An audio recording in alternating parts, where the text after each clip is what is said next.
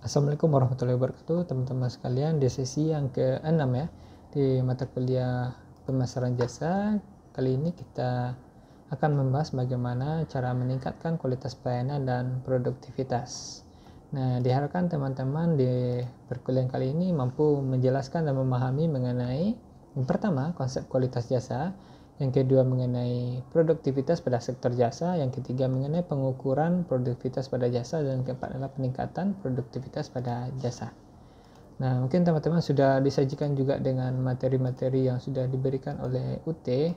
Teman-teman bisa mengunduh dan membaca lebih lanjutnya.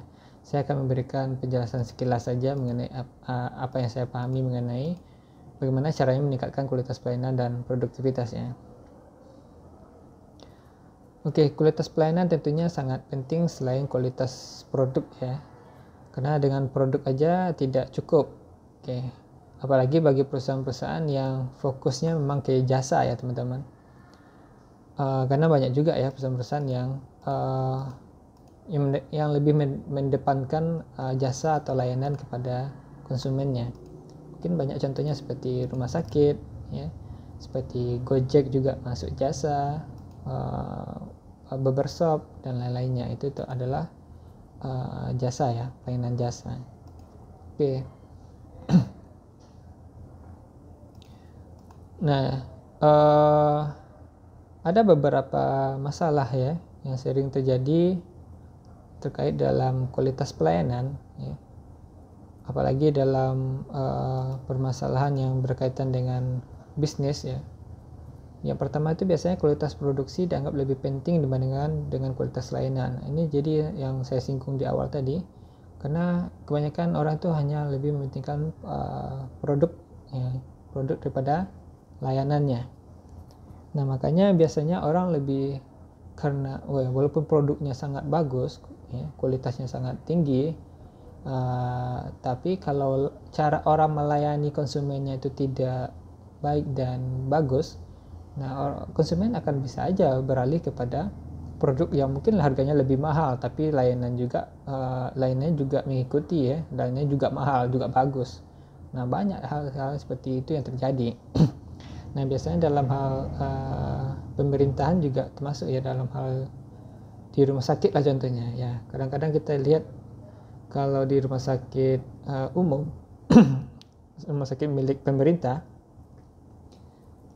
kadang pelayanan mereka itu tidak sebagus rumah sakit di swasta ya.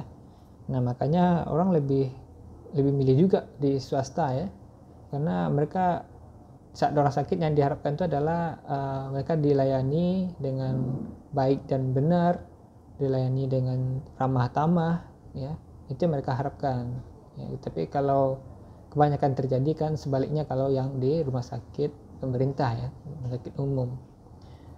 Oke, yang kedua, ada anggapan bahwa sumber daya pemberi layanan tidak harus memiliki keahlian khusus. Nah, ini juga menjadi permasalahan karena dalam pelayanan itu sebenarnya punya ilmu sendiri, punya cara sendiri.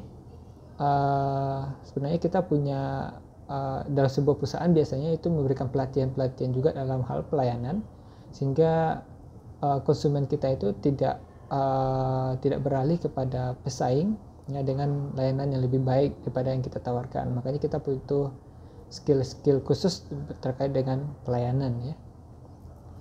Oke, yang ketiga, nilai ekonomi bidang jasa layanan akan membebani biaya bidang yang lain.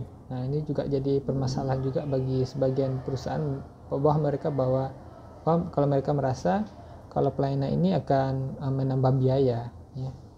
Lebih baik mereka menyajikan dalam sebuah perusahaan itu cukup satu di bagian customer service-nya ya, di bagian melayani atau frontlinernya cukup satu aja, padahal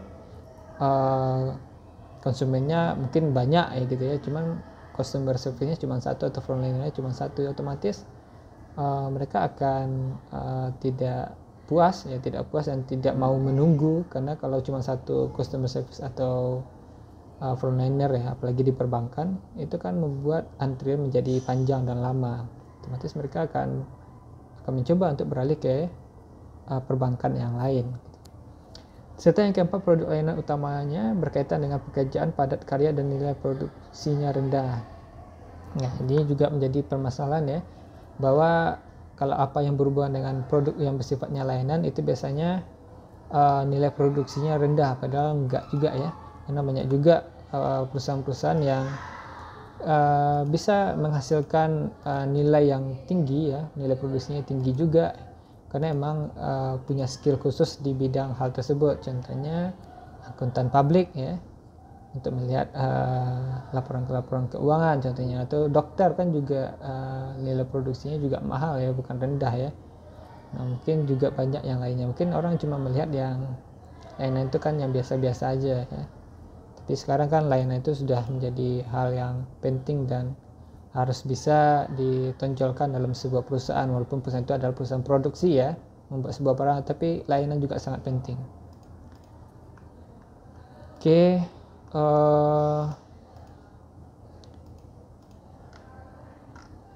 mungkin untuk matematik selanjutnya teman-teman bisa baca juga di materi inisiasi. Kalau ada pertanyaan boleh ditanyakan sama saya.